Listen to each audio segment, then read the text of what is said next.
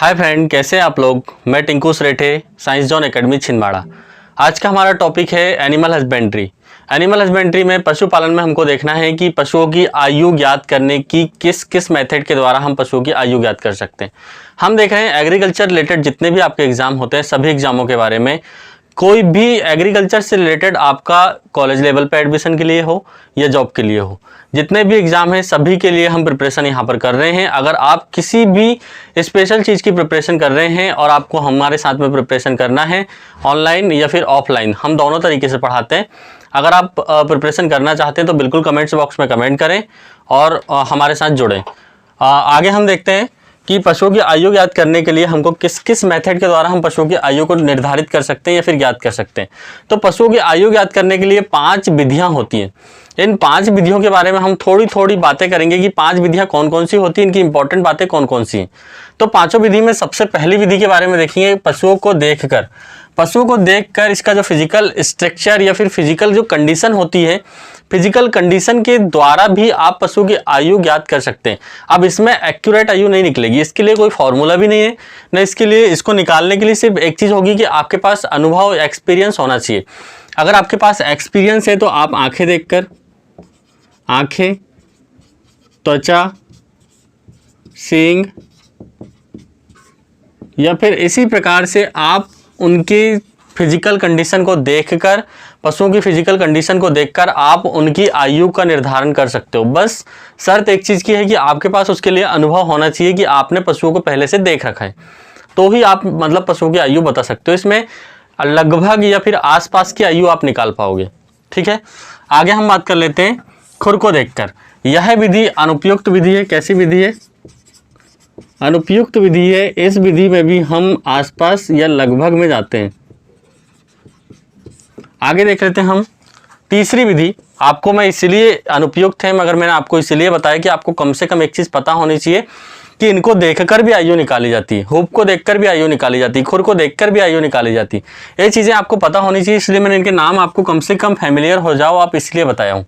आगे हम देख लेते हैं सींग को देखकर। हॉर्न कंडीशन के हिसाब से सींग को देखकर पशुओं की आयु ज्ञात करने की सबसे आसान और सबसे अच्छी विधि मानी जाती है। इसके लिए कुछ फॉर्मूले भी होते हैं।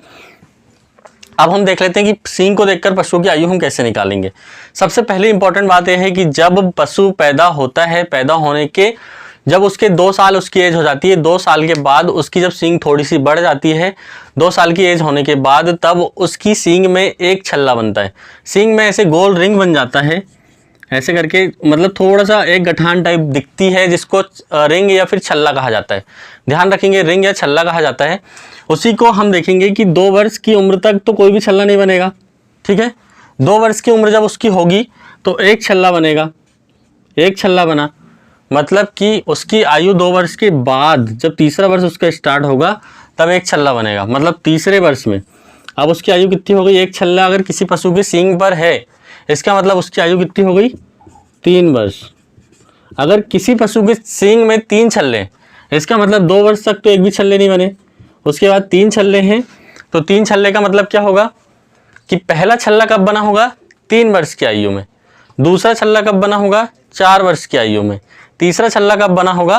5 वर्ष की आयु में। मतलब जितने छल्ले हैं उनको जोड़ देंगे किसके साथ? 2 के साथ, सीधे सीधे पशु की आयु निकल जाएगी। इसको अगर आपको फॉर्मूला लिखना है तो फॉर्मूला भी लिख सकते हैं कि 2 धन सींगों में छल्लों की संख्या। इस प्रकार से इस फॉर्मूले के थ्रू आप बहुत आराम से किसी पशु के आयु निकाल सकते हो। मगर यहाँ प्रॉब्लम एक हो सकती है कि जिस पशु के सिर में सींग नहीं है उस पशु की आयु निकालना यहाँ पर प्रॉब्लम हो सकती। इसलिए ध्यान रखें कि जिन पशुओं के सिर में सींग है उन्हीं पशुओं की आप आयु निर्धारित कर सकते हैं, निकाल सकते हैं।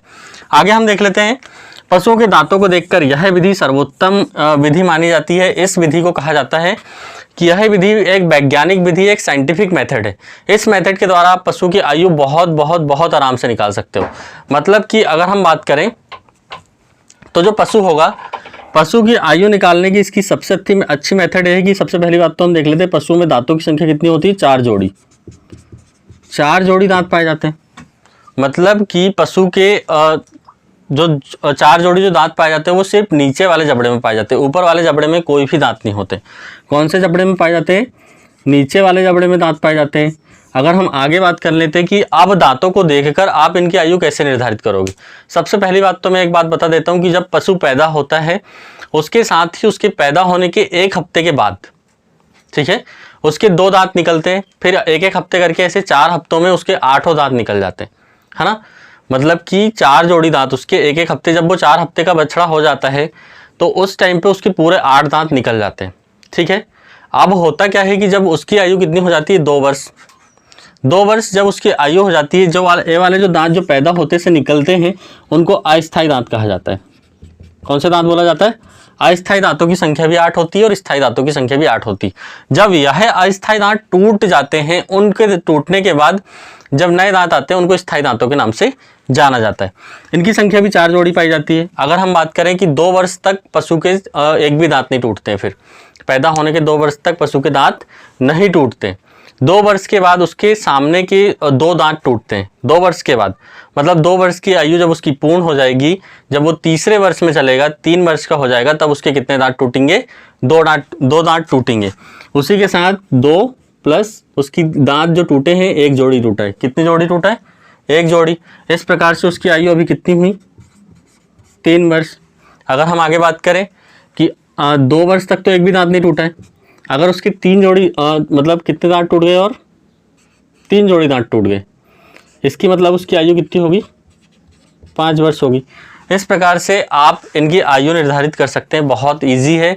इसके लिए आप ज़्यादा फॉर्मूले बेस्ड क्वेश्चन पे ना जाएं, क्योंकि हम किसकी तैयारी कर रहे हैं?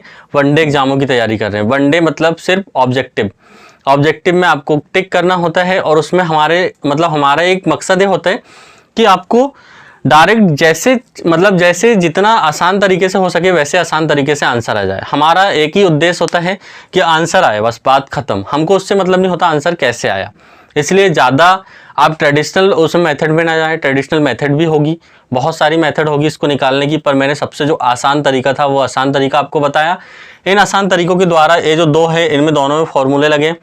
फॉर्मूले आप बिल्कुल इसको जैसे मैंने फॉर्मूला बताया वो फॉर्मूला, इसके अलावा यहाँ पर 2 प्लस टूटे दांतों की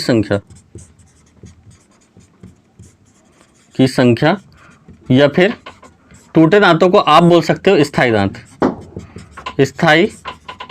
दांतों की संख्या। आगे हम देख लेते हैं कि भाई अभिलेखों के द्वारा किस प्रकार से पशु की आयु निकाली जाएगी। अभिलेखों के द्वारा मैं बता देता हूं कि जो अभिलेखों के द्वारा जो आयु निकाली जाती है वो बड़े बड़े फॉर्म में यूज़ किया जाता है। अभिलेखों को बड़े बड़े फॉर्म में कैसे यूज़ किया जाता है कि जो बड़े बड़े फॉर्म होते हैं, बड़े बड़े फॉर्मों में मतलब इनको जब पैदा होते हैं उस टाइम पर इनकी आयु लिख ली जाती है, लिखकर और इनका एक रिकॉर्ड रखा जाता है कि इनकी आयु अभी कितनी है, और जब उनको देखा जाता है तो उस टाइम पर भी उनकी आयु निकल सकती है। इस प्रकार से आयु निकालने के लिए मैंने 5 विधियां बताया। 5 विधियां ध्यान रखना। इनमें से जो 2 से 3 मेथड है वो बहुत इंपॉर्टेंट है, उन इंपॉर्टेंट मेथड को ध्यान रखना। अब हम मिलते हैं अगले वीडियो में, तब तक के लिए थैंक यू।